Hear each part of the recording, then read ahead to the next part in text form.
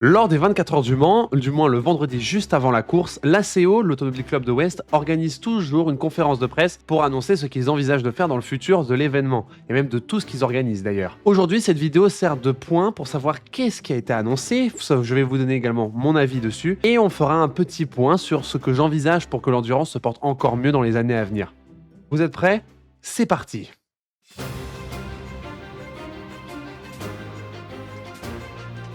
On va aller du plus moins au plus important à mon sens et on va commencer par le calendrier du WEC 2026 qui est comme celui de l'année dernière et donc comme celui de cette année et donc ça va faire 3 ans de suite qu'on a exactement le même calendrier. On a les 8 mêmes courses dans le même ordre, la seule chose qui change c'est la date de la course inaugurale au Qatar qui aura lieu fin mars au lieu de fin février. C'est la continuité, je suis d'accord, ça permet de rester solide, c'est sympa, ça permet de se donner des bases, je pense que l'ACO se sert de ça aussi pour faire les meilleures bases possibles pour la BOP sûrement, mais je trouve qu'il y a quand même pas mal de circuits qui méritent leur place. Je pense au Mexique, au Nürburgring, Silverstone, Portimao, ou même Shanghai, maintenant qu'Ifei a gagné les 24 heures du Mans, peut-être qu'on pourrait rendre un peu cet hommage à la Chine.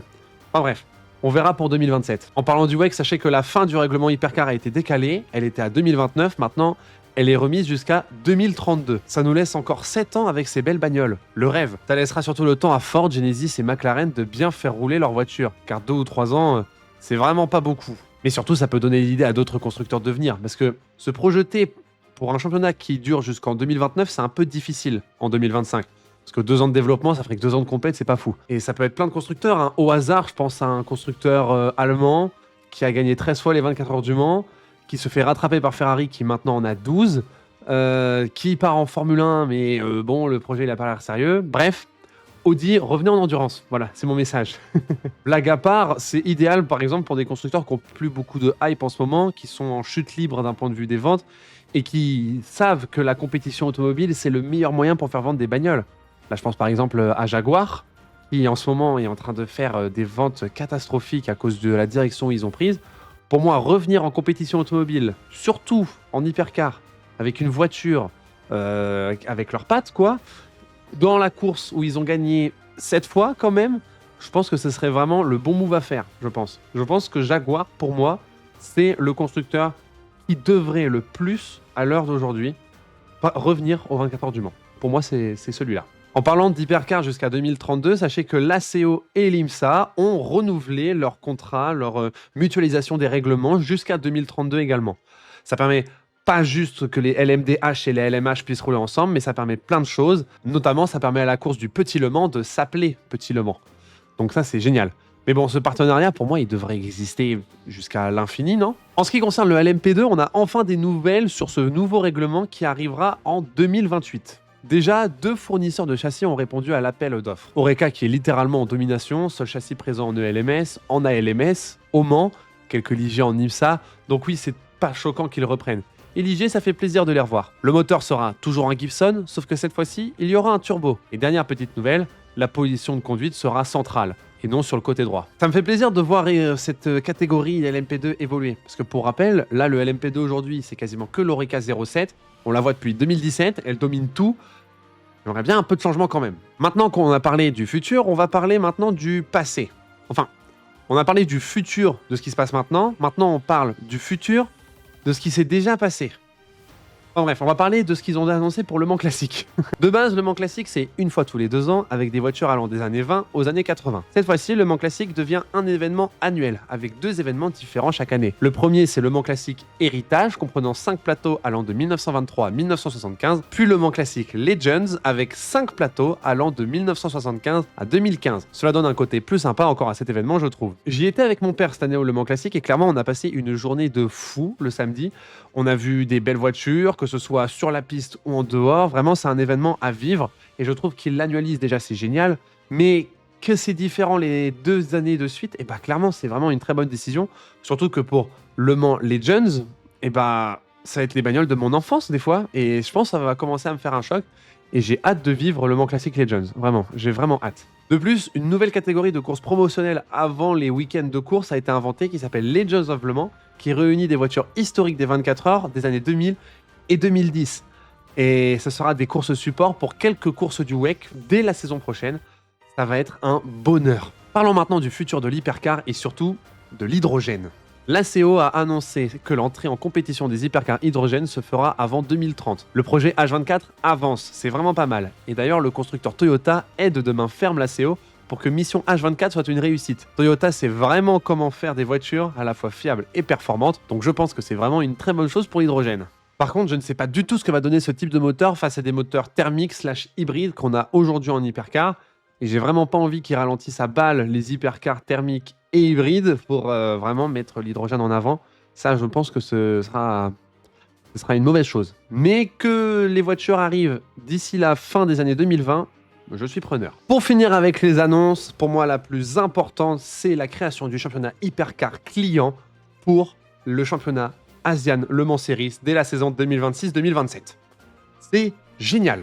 Pour faire simple, la LMS qui avait comme catégorie le LMP2 va passer aux hypercars non engagés par des constructeurs et par des teams privés, avec un pilote bronze à bord dans chaque équipage obligatoirement. Bordel, mais imaginez toutes les possibilités qu'il y a maintenant grâce à ce championnat. Voir nos chers hypercars qu'on aime depuis maintenant 3 ans faire des courses en Asie avec des écuries qui n'ont pas l'habitude de les exploiter, vraiment ça va être génial. Ça permettra aussi peut-être de revoir Van Wall, Isota ou encore Glickenhaus, vu que ce championnat sera bien moins cher pour s'y inscrire et on pourra y engager qu'une seule voiture. C'est une grande possibilité. Mais aussi de voir ce que certains et certaines pilotes donneraient dans ces machines, vraiment ça va être un trésor à regarder, l'Asian Le Mans Series. Une Ferrari 499P du numéro 183 aux couleurs argentées bretonnes avec François Perraudot dedans. Une Porsche 963 Iron Dames maintenant que Michel Gatting est pilote officiel Porsche. Une Ferrari 499P Inter-Europol avec Schmekowski et Kubica pour faire une vraie voiture polonaise. Une Cadillac V-Series R violette et orange aux couleurs de Wins avec Ben Keating dedans. Une Alpine A424 argentée à cause du CLX Motorsport écurie de Nicolas Lapierre. Une Porsche 963 Grillo, ce serait exceptionnel, non? Une Peugeot noire et verte néon de couleur Duquesne Team. Une Aston Martin Valkyrie Racing Spirit of Le Mans. Une Toyota GR010 Acodis ASP. Il y a tellement de possibilités et c'est fou. Peut-être qu'on va y retrouver Spike. Peut-être qu'on va voir aussi les écuries qui ont l'habitude de faire l'Asian Le Mans Series s'inscrire avec des hypercars. Ça va être génial. Je pense notamment à l'Algarve Pro Racing, au Nielsen. Je pense à United Autosport. Vraiment des écuries qui ont l'habitude du LMP2. Si on va les voir en hypercar à ce moment-là, ça va être génial. Génial. Sachez que je suis très content de tout ce qui a été annoncé pendant cette conférence de presse. Je suis vraiment content. Mais je pense que d'un point de vue endurance mondiale avec les championnats qu'on a, je pense qu'on peut encore améliorer ce système. On peut encore l'exploiter encore plus pour qu'il soit vraiment parfait. Je vais vous donner des idées que j'ai moi, que j'aimerais vous partager pour voir si vous êtes d'accord ou pas. Et peut-être que si un jour quelqu'un de la CO voit cette vidéo, se dise « Ah punaise, lui il a des bonnes idées en fait !» Parlons d'abord des championnats régionaux d'endurance. Pour moi, il y en a 3 principales que sont la LMS, le LMS et l'IMSA. Pour moi, ces 3 championnats doivent continuer à être le plus accessible possible, que ce soit d'un point de vue équipe et d'un point de vue pilote. Pour moi, c'est ça qui est important avec ces championnats-là. C'est vraiment que les personnes donnent un avant-goût de ce que peut être l'endurance. L'IMSA peut-être un peu moins parce qu'il y a des épreuves qui sont vraiment majeures, mais l'Asian et l'European Le Mans Series, pour moi, ça doit être ça. Faut qu'ils continuent en tout cas de faire des efforts qu'entre ces 3 championnats-là et le WEC, il n'y ait aucun conflit de date. Pour moi, ça doit être impossible. Là, par exemple, j'en ai marre de voir des pilotes ne pas faire le WEC parce qu'ils font une course en IMSA et inversement. Sincèrement, ça m'énerve parce que c'est des courses d'endurance. Les gars, ils sont là pour courir. Ils font pas beaucoup de courses à l'année, du moins pas tant que ça. Et les pénaliser parce que les championnats sont à la même date, c'est un truc de fou. Surtout que si l'IMSA et le WEC sont en partenariat, arrêtez de mettre des clashs de dates. Enfin, pour moi, ça n'a aucun sens. Autre chose que j'ai envie de dire, c'est qu'il faut qu'on varie le plus possible les circuits. Si je prends l'exemple du WEC et de l'ELMS, je sais pas, il y a 2 circuits sur 6 que font le LMS, que font le WEC aussi.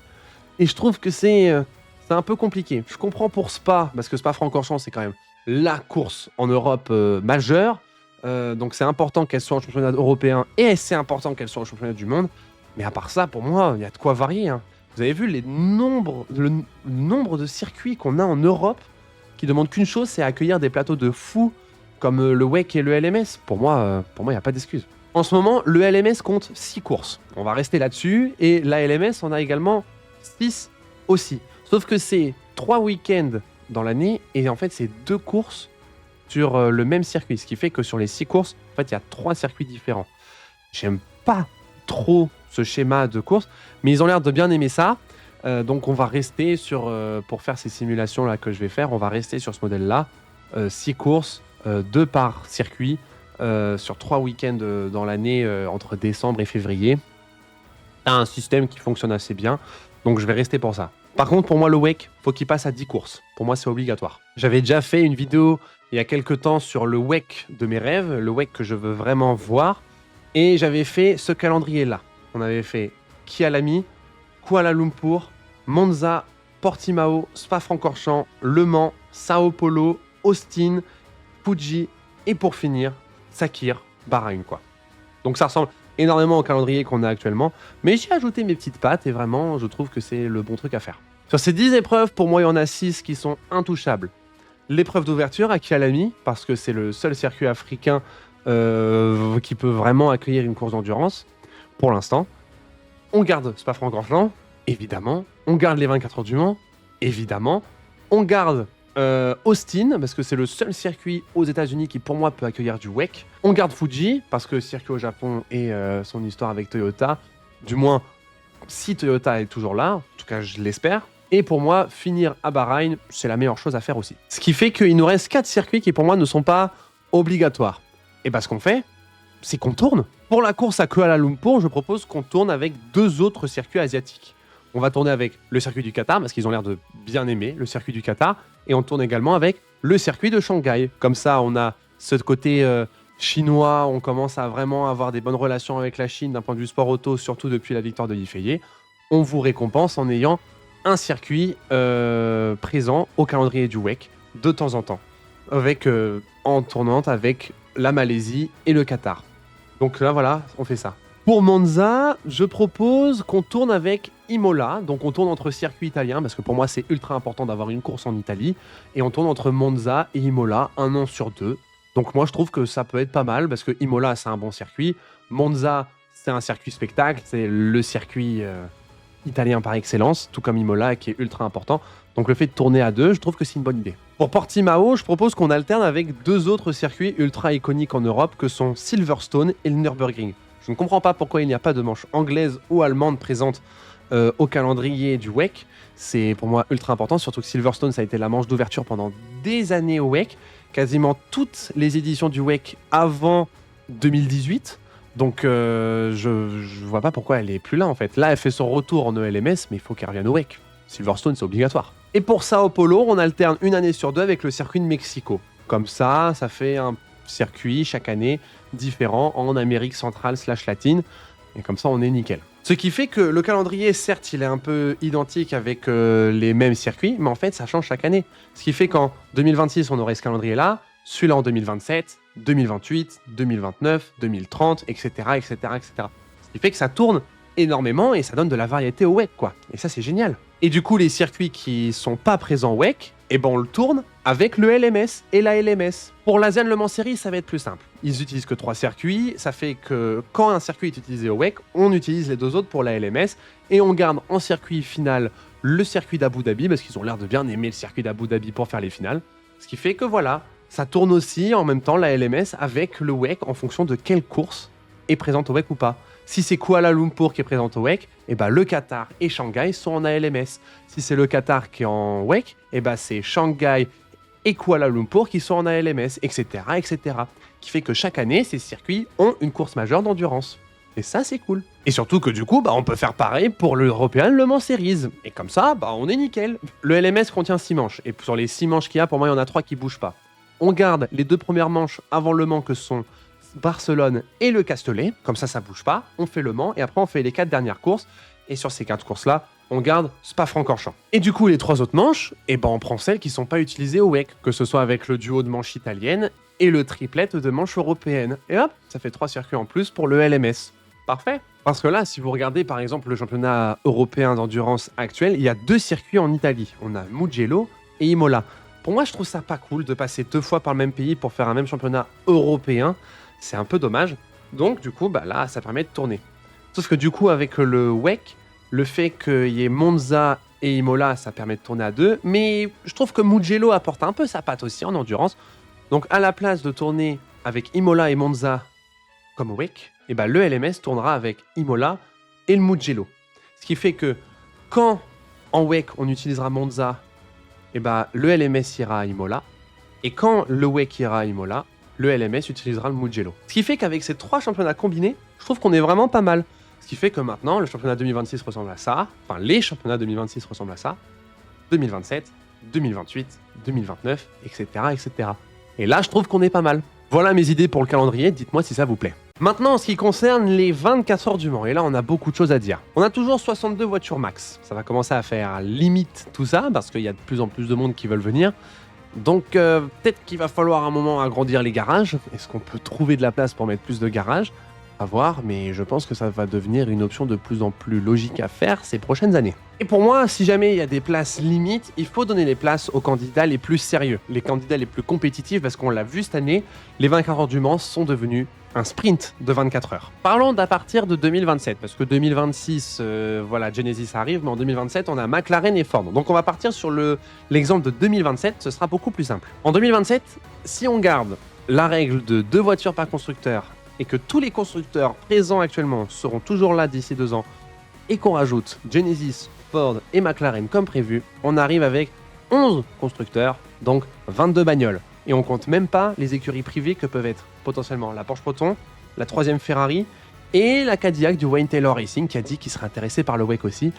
Donc on les compterait même pas. Donc là on est à 22 voitures en hypercar avec nos fameux 11 constructeurs qui veulent être présents. Ça fait beaucoup. On garde les 18 LM GT3 parce que la limite du WEC est passée à 40 voitures et plus 36. Donc ça laisse une petite marge quand même, c'est assez cool. Ce qui fait que le WEC ressemblerait à 22 hypercars et 18 LM GT3 pour un plateau de 40 bagnoles. Du coup, 40 bagnoles en WEC, ce qui fait qu'on peut en ajouter que 22 pour les 24 heures du Mans en plus. Ça fait pas beaucoup. Pour l'instant, en GT, il y a 4 invitations qui sont données. Et pour moi, on va garder ces 4-là parce que pour moi, elles sont ultra importantes.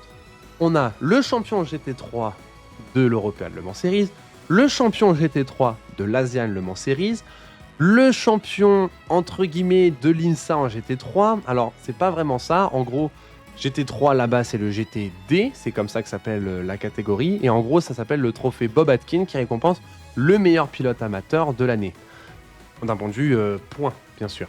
Et donc en fait c'est le champion clairement de l'IMSA. Donc on garde bien sûr ces 3 invitations-là et on garde l'invitation de la voiture qui a gagné le GT World Challenge en Bronze Cup.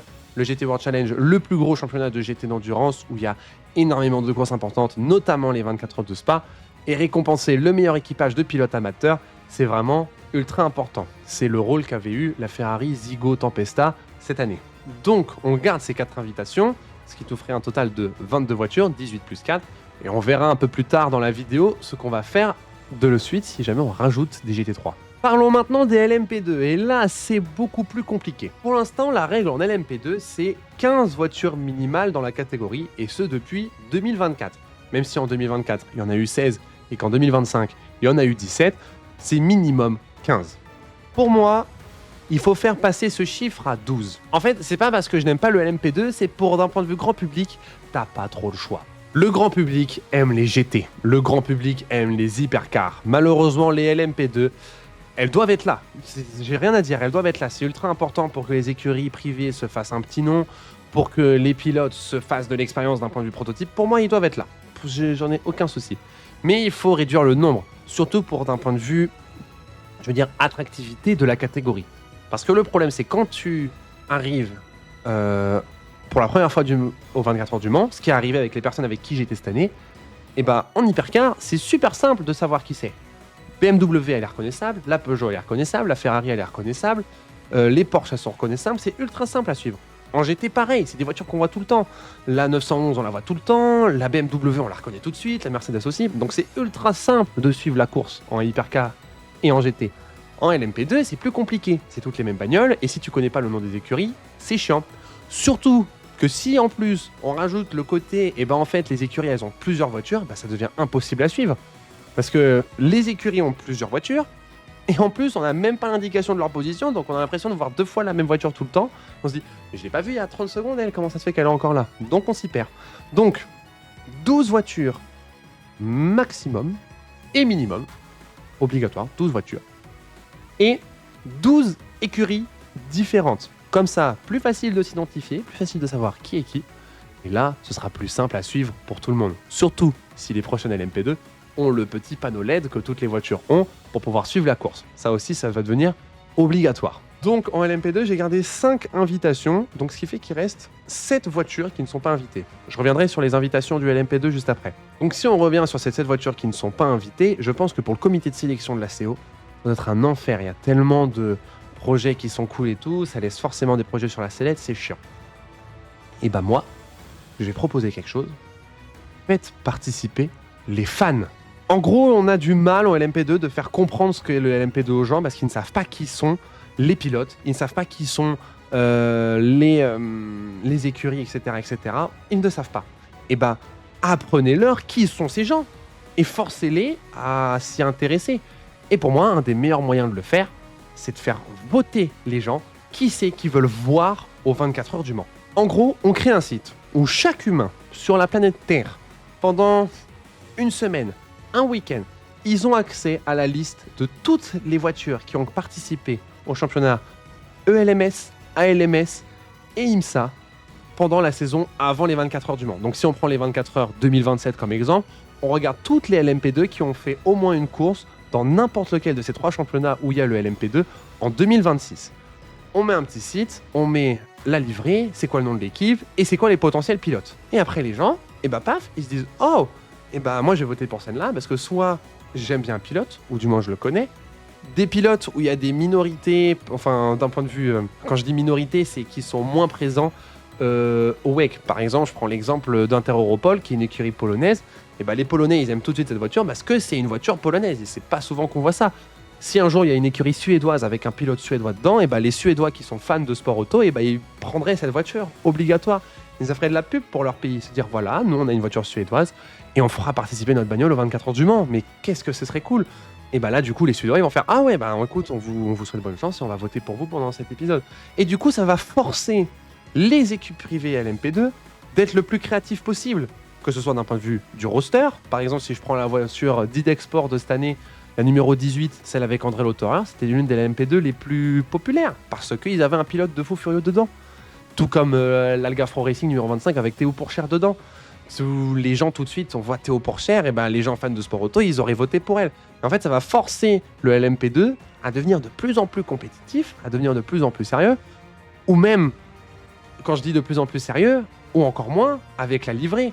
L'une des livrées les plus célèbres en LMP2 cette année, bah c'est Spike, c'est un putain de dragon. Mais les gens, ils se souviennent de Spike parce que c'est un putain de dragon. Et du coup, bah, les gens, ils vont dire « Ah, moi, je veux voir un dragon 24 heures du Mans. » Du coup, on va voter pour celle-là. Donc, ce que je propose, c'est que tous les humains sur la planète Terre aient accès à un site où toutes les LMP2 inscrites dans un de ces 3 championnats est répertoriées. On y met la livrée, le nom de l'équipe et les pilotes. Et peut-être un petit texte en mode motivation, qui on est, etc., etc. Pour forcer les gens à voter. On donne 3 votes à tout le monde. Un vote pour chaque championnat. Comme ça, on est sûr que tous les championnats ils sont sur les 7 invitations, comme ça tous les championnats ils sont représentés. Parce que pauvre IMSA, ils sont quasiment jamais représentés. Par exemple, cette année aux 24 heures du Mans, sur les 17 bagnoles, il y en a 15 de l'ELMS, une de l'ALMS et une de l'IMSA. L'équité, c'est pas trop ça, quoi. Donc, 3 votes par personne, une voiture dans chaque championnat, et à la fin, on prend les 7 bagnoles qui ont été le plus votées. Tout simplement. Et ça fait un peu All-Star Game, type NBA et tout. Les gens les plus populaires, ceux qui font les meilleures choses.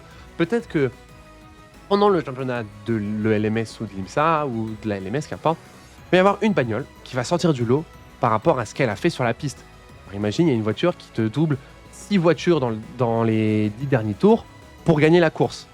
Et même si elle ne gagne pas le championnat, cette voiture aura fait parler d'elle et du coup, les gens auront envie de voter pour elle. Et donc de la voir aux 24 heures du Mans pour la récompenser. Donc ça va encore plus professionnaliser le LMP2, ça va le rendre encore plus attractif, et là on aura vraiment quelque chose de fou. Donc récapitulons pour le LMP2, 12 voitures de 12 équipes différentes, minimum et maximum dans la catégorie LMP2. On a 5 invitations, le champion LMP2 de l'ELMS, le champion LMP2 Pro-Am de l'ELMS, le champion ALMS de l'LMP2, le trophée Jim Truman de l'IMSA, donc qui récompense le meilleur pilote amateur de la catégorie LMP2, et une dernière invitation comme elle existe déjà, pour le vice-champion LMP2 de l'ELMS. On a ces 5 invitations, et pour les 7 autres voitures, on fait comme le All-Star Game de la NBA, on permet aux fans et aux gens du monde entier de voter. Ils ont 3 votes en tout, un pour chacun des sous-championnats par rapport au WEC, des championnats régionaux, donc le LMS, la LMS et l'IMSA, et on prend les 7 voitures qui ont été le plus votées. Et avec cette popularité et cette prise de risque durant l'année, que ce soit d'un point de vue livré, d'un point de vue équipage, d'un point de vue communication, et ben ces équipes-là seront récompensées pour participer aux 24 heures du Mans. Tout simplement. Pour finir avec les hypercars, on a 22 voitures de base en 2027 minimum, comme je l'ai dit. On garde le champion IMSA. Ça, c'est logique. En même temps, ils sont en hypercar, enfin en GTP, comme ils le disent là-bas. Donc je vois pas pourquoi ils ne seraient pas invités aux 24 heures du Mans. On prend logiquement le champion de l'Asian Le Mans Series, maintenant qu'il y a cette nouvelle chose. Et j'ai envie de prendre le vice-champion aussi de l'Asian Le Mans Series, comme ça fait 3 invitations pour le WEC, enfin du moins pour les 24 heures du Mans en catégorie hypercar. Et j'ai même envie d'en rajouter une 4e. Alors, je sais pas ce que vous en pensez, mais moi, j'en rajouterais bien une 4e avec une voiture qui gagne les 24 heures de Daytona. Voilà, tu gagnes les 24 heures de Daytona en début janvier, tu vas aux 24 heures du Mans directement en juin. Pourquoi pas? Et j'aimerais rajouter un truc, si jamais en Asian Le Mans Series, il n'y a plus de LMP2, et ben l'invitation du LMP2 réservée à l'Asian Le Mans Series, et ben on le donne en hypercar. Donc du coup, ça ferait les 3 meilleurs hypercars classés en Asian Le Mans Series qui seraient invités pour les 24 heures du Mans. Et là, on est Gucci. Donc on récapitule. 40 voitures du WEC pour les 24 heures du Mans. Il reste 22 places. On a 12 voitures du LMP2, dont 5 invitations. On rajoute 4 invitations au LMGT3 et on rajoute 4 invitations en hypercar. Ce qui nous fait un total de 58 voitures parmi tout ça. Ce qui fait qu'il reste 4 places. Et là, c'est l'ACO qui choisit. Est-ce qu'ils veulent rajouter des GT? Pour moi, ouais. T'en rajoutes 2. Comme ça fait 24 GT. C'est génial. Tu peux laisser une place à une voiture du garage 56. Ça peut être pas mal aussi. Inviter une hypercar en plus. Pourquoi pas? Ça pourrait être sympa. Et là, on a une grille de fou furieux. 24 LMGT3, 12 LMP2, 27 hypercars et un garage 56. Et là, on a une grille de zinzin. Voilà donc ce que nous réserve l'avenir de l'endurance, tout son potentiel. Je vous ai donné mes idées en ce qui concerne comment organiser les voitures et comment organiser les calendriers de course. J'espère que cette petite vidéo vous a plu. Enfin, petite. Je vous avoue, ça fait 40 minutes que ça tourne, hein, parce que j'ai beaucoup bégayé. Parce que j'ai beaucoup bégayé pendant que je parlais. Mais j'espère qu'elle vous a plu. Dites-moi en commentaire ce que vous aimeriez voir au WEC, etc. Ça me plairait beaucoup de lire vos commentaires pour savoir qu'est-ce que vous aimeriez faire. Enfin bref. J'espère que cette vidéo vous a plu. J'espère que vous allez aimer la prochaine. D'ici là, portez-vous bien. La bise.